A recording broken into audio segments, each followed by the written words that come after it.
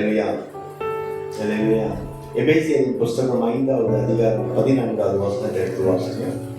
எபேசியரின் புஸ்தகம்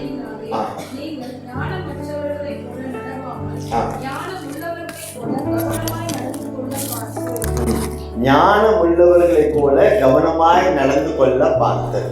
வேதம் சொல்லுகிறது ஞானம் உள்ளவர்களைப் போல.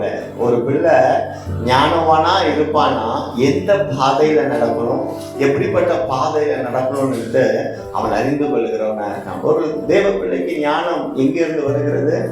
பரத்திலிருந்து உண்டாய் வருகிறது. அந்த ஞானம் நமக்கு வேணும், அந்த ஞானம் நமக்கு வேணும். அல்லேலூயா. இளைய குமாரனுக்கு அந்த ஞானம் உண்டாயிடுச்சு. அந்த திரும்ப எபேசியர் 5:14 வாசிங்க.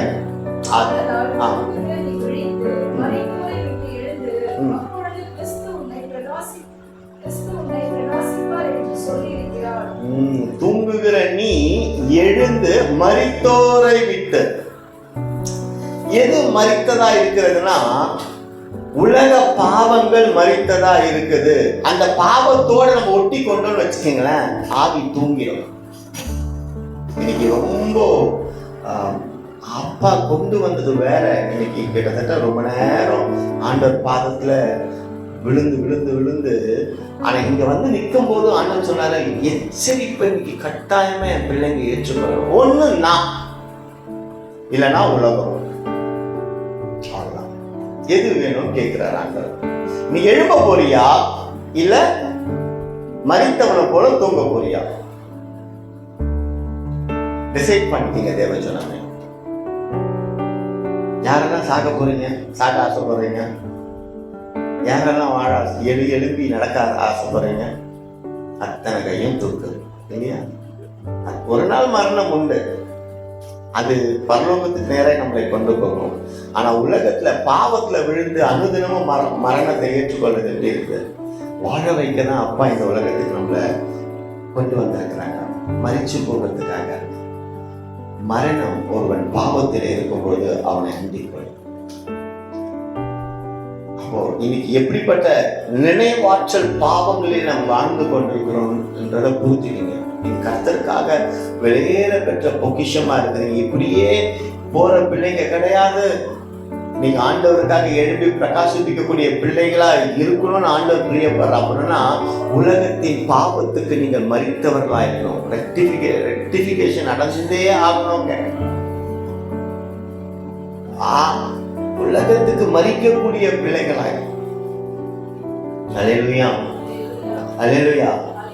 ஆண்டவர் சொல்றாரு, ஆதலால் தூங்குகிற நீ விழித்து மரித்தோரை விட்டு எழுந்திருங்கிறார். எழுந்துன்னு சொல்றவர் அடுத்து என்ன பண்ண சொல்றாரு தெரியுமா? எழுந்து நடம்ப. நீங்க தூக்கத்துல இருக்கிறீங்க, அம்மா எந்திரிச்சிட்டீங்க, காலையில எந்திரிச்சிட்டீங்க, எந்திரிச்சிட்டு இப்படியே உட்கார்ந்து இருப்பீங்களா? நடப்பீங்களா? நடப்பீங்க இல்லையா? அப்ப எழுந்ததுக்கு அப்புறம் ஒரு நடங்கிறது ரொம்ப முக்கியமா இருக்கு. அப்ப இன்னைக்கு உலகத்திலிருந்து எழுந்து நடந்து போகணும். இங்க நித்திய பாதையை நோக்கி நடந்து போகணும். அந்த நித்திய பாதையை நோக்கி நடந்து போகும் பொழுது அங்கே ஐஸ்வர்யமும் ஆசீர்வாதம் அளவில்லாமல் இருக்கும். எது ஒரு தேவ பிள்ளைக்கு ஐஸ்வர்யம் அப்படின்னா புரிஞ்சுக்கோங்க. எது ஒரு தேவ பிள்ளைக்கு ஐஸ்வர்யம் அப்படின்னு பார்த்தோம்னா, கிறிஸ்துவின் சாயலிலே வாழ்கிறவன் ஐஸ்வர்யவானா இருப்பான். அப்ப கிறிஸ்துவின் சாயல் என்னவா இருக்கிறது? பரிசுத்தமா இருக்கிறது. கிறிஸ்துவின் சாயல் என்னவா இருக்கு? அன்பா இருக்கு. கிறிஸ்துவின் சாயல் என்னவா இருக்கு? நற்குணமா இருக்கு. கிறிஸ்துவின் சாயல் என்னவா இருக்கிறது? பகைஞனுக்காக ஜெபிக்கிறதா இருக்கிறது. கிறிஸ்துவின் சாயல் முக்கியமா என்னவா இருக்குதுன்னா மன்னிக்கிறதா இருக்கிறது. அந்த சாயல் நமக்குள்ளாக வரும் பொழுது நாம் எழும்பி நடக்க ஆரம்பிச்சோம். அல்லேலூயா. அப்ப இன்னைக்கு தெரியல, ஆண்டவர் ஆராதனை வேலையில சொன்னது, உன் அந்நிய நுகத்தோடு உன் இணைப்பை கட் பண்ணி வெளியே வந்துரு. அந்நிய நுகத்தோடு, அந்நிய நுகத்தோடு அது எல்லாமே வந்து அடங்கிடும். கட் பண்ணிட்டு வெளியில வந்துரு. அந்நிய நுகத்தோடு இணைந்து கொள்ளாது, இணைந்து கொள்ளாது, இணைந்து கொள்ளாது, இணையாதே, இணையாதே. அல்லேலூயா. ஆண்டவர் நல்லவராகவே இருக்கிறார். அல்லேலூயா. லூக்காவின் புஸ்தகம் 15வது அதிகாரம் 16வது வசனம். அப்பொழுது பன்றிகள் இருக்கிற தவிப்பினாலே தன் வயிற்றை நிரப்ப ஆசையாயிருந்தான். ஒருவனும் அதை அவனுக்கு கொடுக்கவில்லை. அவனுக்கு புத்தி தெரிந்த போது அவன், என் தகப்பனுடைய கூலிக்காரர் எத்தனையோ பேருக்கு பூர்த்தியான சாப்பாடு இருக்கிறது, பசியினால் சாகிறேன். நான் எழுந்து என் தகப்பனிடத்திற்கு போய், தகப்பனை, பரத்துக்கு விரோதமாகவும் உமக்கு முன்பாகவும் பாவம் செய்தேன். பாருங்க, இந்த இளையகுமாரனோட ஸ்டோரி நம்ம எல்லாத்துக்குமே தெரியும். தகப்பன் இடத்துல எல்லா ஆசையும் பெற்றுக்கொண்டு அவன் வேசிகள் இடத்துல அழிஞ்சு நாசமா போயிட்டான். ஆனா அவன் பன்றியின் உணவை உட்கொள்ளும் பொழுது, இன்னைக்கு ஆண்டவர் பிள்ளையா இருக்கிற நாம உலகத்துக்குள்ளாக போகும்போது நமக்கு என்ன பன்றியின் உணவா இருக்கு தெரியுமா? நாம் படுகிற கஷ்டங்கள் தான் பன்றியின் உணவா இருக்கு. ஆகாரம் அவன் சாப்பிடும் போது நினைவு திரும்புறான். நாம் படுகிற கஷ்டங்கள் தான் பன்றியின் உணவு. அந்த கஷ்டங்கள்ல இருந்து விடுதலை அடையணும்னா நம்ம என்ன பண்ணணும்னா எழும்பி நடந்து என் தகப்பனிடத்துல போனா நலமா இருக்கும்னு சொல்லி எழும்பி நடக்க ஆரம்பிக்கிறாமா அப்பாவின் இடத்துல வர்றதுக்கு. அல்லேலூயா. 21 வாசிங்க.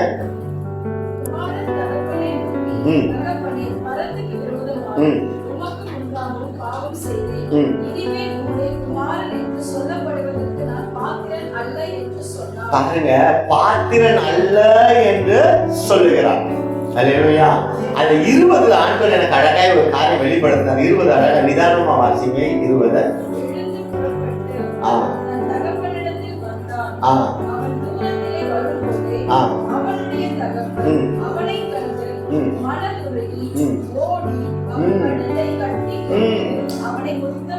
அல்லேலூயா. பன்றியின் இடத்துல அவன் பன்றியின் உணவை உண்டால் நலமா இருக்கணும். உலக வாழ்க்கையில உலக மேன்மையில போய் தொலைஞ்சு போனா ஒரு நாள் அவனுக்கு அறிவு வந்தது.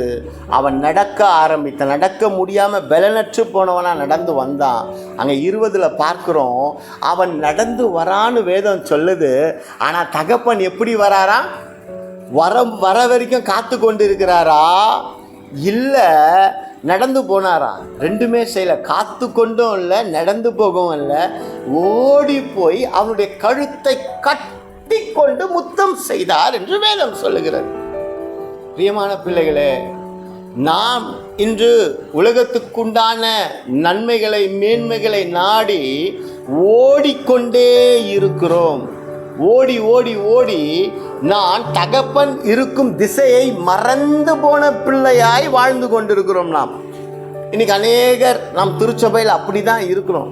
தகப்பனோடு உறவு இல்லாமல் ஞாயிற்றுக்கிழமைகளை ஆராதிக்க நாம் வருகிறோம், ஆராதிக்கிறோம், கடந்து போகிறோம். ஆனால் தகப்பனுடைய உறவு உங்களுக்கும் தகப்பனுக்கும் எவ்வளோ தூரம் இருக்குங்கிறத இப்போ உங்களுக்குள்ள உங்கள் இருதயத்துக்கு இப்போ வெளிப்படுத்துகிறவராக இருக்கிறார். கட்டாயமாக சொல்லுவீங்க, இல்லை பிரதர், எனக்கும் என் அப்பாவுக்கும் உறவு இல்லை. ஞாயிற்றுக்கிழமை ஒரு நாள் தான் எனக்கும் என் அப்பாவுக்கும் உறவு இருக்குதுன்னு நிச்சயம் சொல்லுவீங்க. அப்படிப்பட்ட சொல்லக்கூடிய இருதயங்கள் இந்த இடத்துல உண்டு. அப்படிப்பட்ட இருதயத்துக்கு ஆண்டவர் தெளிவாய் சொல்லுகிறார், நீ பன்றிகளுக்கு உண்ணக்கூடிய உணவை உண்பதற்காக பிரயாசப்படும் பொழுது உனக்கு ஞானம் உதித்தபடினாலே நீ எழுந்து நடக்க ஆரம்பித்தாய். நானும் நீ வரும் வரை காத்திருக்காமல் உன் நிழல் அங்கே என் கண்ணுக்கு தென்பட்ட உடனே ஓடி வந்து உன் கழுத்தை கட்டி முத்தம் செய்கிற தகப்பனாக இருக்கிற. அப்போ ஆண்டவர் பாதத்தில், ஆண்டவர் டைரக்ஷனில் நம்ம நடக்கும்போது, ராஜரீக வழியிலே நடக்க முற்படும் பொழுது, நடக்க பலனற்றவனாய் இருக்கிற நிலையில் நடந்து வரும் பொழுது அவர் ஓடி வந்து கட்டி பிடிச்சிட்டாருனாலும் என்னன்னா கைத்தாங்கல் போட்டுட்டாருன்னு அர்த்தம். அவர் கை நம்ம மேலே பட்ட உடனே பலன் வந்துடுதுன்னு அர்த்தம். பயத்தோடு வருவான். ஐயோ எங்கள் அப்பா என்னை வீட்டை விட்டு வெளில போன்னு சொல்லிடுவாரோன்ற பயத்தோடு வந்திருப்பான். ஆனால் அவர் கட்டி பிடித்த விதத்தை அந்த மகன் பார்க்கும் பொழுது சரீரத்தில் பலவீனம் இருந்திருக்கலாம்.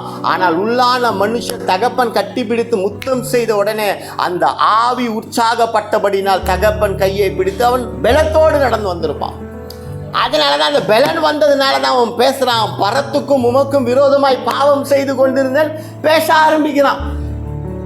21 22 அவன் பேசுறத அப்பா கேட்கல. என்ன பண்றாருன்னா, வஸ்திரத்தை கொண்டு வா, மோதிரத்தை கொண்டு வா, பாதரட்சையை கொண்டு வா, கன்று குட்டிகளை அடித்து விருந்து உண்டு பண்ணுன்னு சொல்லி அவன் பேசுறத கேட்கவே இல்லை. ஏன் தெரியுமா? நீ சொல்லிதான் நீ திருந்திட்டேன்னு எனக்கு தெரிய வேண்டிய அவசியம் இல்லை. நீ என் பக்கத்துல வந்த பொழுதே எனக்கு தெரிஞ்சிடுச்சு, மகனே மகளே நீ மனம் திரும்பி என்கிட்ட வந்துட்டேன்னு. இனி உன் பாவத்தை அறிக்கை பண்றது நான் கேட்கணுன்ற அவசியம் இல்லை. வந்துட்டாலுமே அது அறிக்கைக்கு சமந்தான். உனக்கு உண்டான வஸ்திரத்தை நான் தருகிறேன். எப்பொழுது அவன் வஸ்திரத்தை பெற்றுக்கொண்டான் தெரியுமா?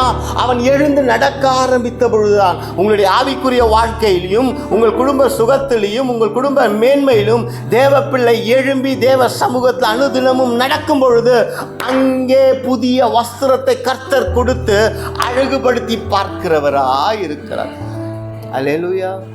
அப்ப நம்ம குடும்பங்கள் வஸ்திரத்தை உடுத்தி கொள்ள போகிறது. ராஜரீக வஸ்திரம், கரைப்படியாத வஸ்திரம், ஒருவரும் திருடி கொண்டு போக முடியாத வஸ்திரம். கர்த்தர் கொடுப்பதை தடுப்பவன் யார்? அந்த வஸ்திரத்தை கர்த்தர் கொடுப்பாரே ஆனால் ஒரு மனுஷனாலும் மனுஷியாலும் அந்த வஸ்திரத்தை உன் அண்டையிலிருந்து எடுத்துக்கொள்ள முடியாது. அல்லேலூயா. அப்ப அந்த 22 அழகா வாசிங்க பார்க்கலாம்.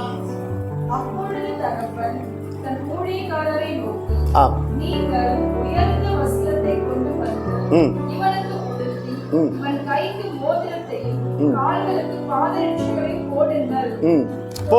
போதுங்க. இவன் கைக்கு மோதிரத்தையும் கால்களுக்கு பாதரட்சையும் உயர்ந்த வஸ்திரத்தை கொடுங்கன்னு சொல்லிட்டார். அப்ப அழுக்கு வஸ்திரத்தோட வந்துட்டான். நடக்கும் இல்லை 3 காரியம் அழகா பார்க்கலாம். நடந்து போகணும்னு தீர்மானம் பண்ணிட்டதுனால எழுந்துட்டான். நடக்கணும்னா முதல்ல எழும்பணுங்க. நீங்க நடக்கணும்னா முதல்ல விழி தூங்குற யாராக ஆனாலும் எழும்புனாதான் நடக்க முடியும். எபேசியர் 5:14 எழும்புறத பத்தி பார்த்தோம். எழும்பும் பொழுதுதான் நடக்க முடியும். நான் உறங்கி கொண்டே நடக்கிற மாதிரி கற்பனை பண்ணேன்னா அங்கேயே தாங்க இருப்பேன். அப்போ இன்னைக்கு எழும்ப முடியாதபடிக்கு இருக்கிற நம்மளை எழும்ப வைக்கிறாரு, நடக்க முடியாதபடிக்கு இருக்கிற நம்மளை நடக்க வைக்கிறாரு. நடந்து வரும் பொழுது தகப்பன் ஓடி வந்து தாங்குகிறாரு, புதிய வஸ்திரத்தை கொடுக்கிறார். நம் குடும்பங்களை தாங்குகிற தேவன். ஒரு புதிய வஸ்திரம் இந்த 21 நாள் ஜெபம் முடியும் பொழுது குடும்பங்களுக்கு உண்டாகுங்க. இந்த 6ஆம் நாளிலே ஆண்டவர் சொல்லக்கூடிய காரியம், நீ எழும்பி நட. உனக்கு இருக்கிற இந்த கொஞ்ச பலத்தோட போ. உன் கூட வருகிறது நான் அல்லவோ. அல்லேலூயா. உன் கூட வருகிறது நான் அல்லவோ. ஆண்டவரே என்னால் முடியல நீ சொல்ற. ஆனா முடியும்னு உன் மனசு நினைக்கும் பொழுது முடியலைங்கிற காரியத்தை நான் முடிச்சு காமிப்பேன்னு ஆண்டவர் சொல்றார். அப்போ உங்கள் இருதயம் கர்த்தரை நோக்கி வரும்படியாய். எந்த காரியத்தில் நீங்கள் கர்த்தரை விட்டு தூரம் போனீங்கன்னு எனக்கு தெரியாது. ஆனால் கர்த்தரே மெய்யான தேவன். ஆமா, லட்சங்கள் கோடிகள் கொட்டி கொடுத்தாலும் இந்த ரட்சிப்பு காசு கொடுத்து வாங்க முடியாதம்மா. இது ரத்தத்தினால் வந்த ரட்சிப்பு. இந்த ரத்தத்தினால் இந்த ரட்சிப்பை பெற்றுக்கொண்ட தேவஜனமே, ஒரு காலம் உலக நுகத்தோடு ஒட்டி கொண்டு இந்த ரட்சிப்பை கரைபடிய வைக்காதீங்க. லிட்டரலா சொல்றேன், ஏதோ ஒரு இருதயத்தோடு ஆண்டவர் உறவாடி கொண்டிருக்கிறார். ஏன் உறவாடுறார் தெரியுமா? அவர் இன்னும் உன்னை வெறுக்கவில்லை. உன்னை பயன்படுத்தக்கூடிய பாத்திரமாய் அவர் பார்த்தபடியினாலே இந்த வார்த்தை பேசப்படுகிறது, இந்த வார்த்தை கேட்கப்படுகிறது. அல்லேலூயா. அவர் நல்லவராகவே இருக்கிறார். மனம் திரும்புகிற ஒரு பாவியின் நிமித்தம் பரலோக ராஜ்யம் மிகவும் களி கூறுகிறதா இருக்கிறது. அல்லேலூயா. அப்ப மனம் திரும்பி அந்த இளையகுமாரன் தகப்பனிடத்திலே வரும்பொழுது அவன் தகப்பன் களி கூறுகிறார். அதன் நிமித்தம் அந்த ஊரார் களி கூறப்படுகிறார்கள். அவனுக்கு ஒரு வஸ்திரம் கொடுக்கப்படுகிறது. கரைப்பட்ட உன் வஸ்திரத்தை உன்னிலிருந்து எடுத்து போட்டு கரைப்படையாத ரட்சிப்பின் வஸ்திரத்தை மீண்டும் இந்த இரவு வேளையில உனக்கு உடுத்துகிறார். தேவ மகளே, உடுத்திக்கொள், பெற்றுக்கொள். பிள்ளையே, உன் வாலிப பிரயாத்தை கரப்படுத்திக் கொள்ளாது. உன் இள வயது நாயகரை நீ நினை, உன் சிருஷ்டிகரை நினை. நீ ஆசீர்வதிக்கப்பட்டவளாய் என்றும் இருப்பாய். உன் சிநேகிதரை வெளிக்காட்டக்கூடிய வாழ்க்கை வாழும்படியாய் இந்த இரவு வேளை உன் வாழ்க்கை மாறுவதாக. பலனற்றவனா வந்து விழுந்து கிடந்துதாங்க வந்த. ஆனால் ஆவியானவருடைய பலத்தினாலே இந்த வார்த்தை வருகிறது. நீ எழும்பி நட, உன் நாயகரை உன் வாழ்க்கையில நீ வெளிப்படுத்து. மனம் திரும்ப, மனம் திரும்ப. கசந்து கொள்ளாதே, மனிதர்களை கசந்து கொள்ளாதே, ஏளனமாய் பார்க்காதே, ஏளனமாய் பார்க்காதே. உனக்கு ஒரு வாய்ப்பு கொடுக்கிறார். உன்னோடு இருக்கிறவர்களுக்கு நீ அன்பு செலுத்த உனக்கு ஒரு வாய்ப்பு கொடுக்கிறார். அது யாராய் வேணாலும் இருக்கலாம். அவர்களிடத்துல நீ அன்பு செலுத்தும் பொழுது பரலோகம் களி கூறுகிறதா இருக்கிறது. Don't miss the opportunity. Show the love of Jesus Christ. Show the love of Jesus Christ to the people who are all with you. அன்பின் தகப்பனே, மீதியாயிருக்கிற வேலையை பொறுப்பெடுத்துக் கொள்ளுங்க. தேவநாமம் மகிமையடையட்டும். இயேசுவின் மூலமாய் வேண்டுகிற நல்ல தகப்பனே. ஆமென், ஆமென்.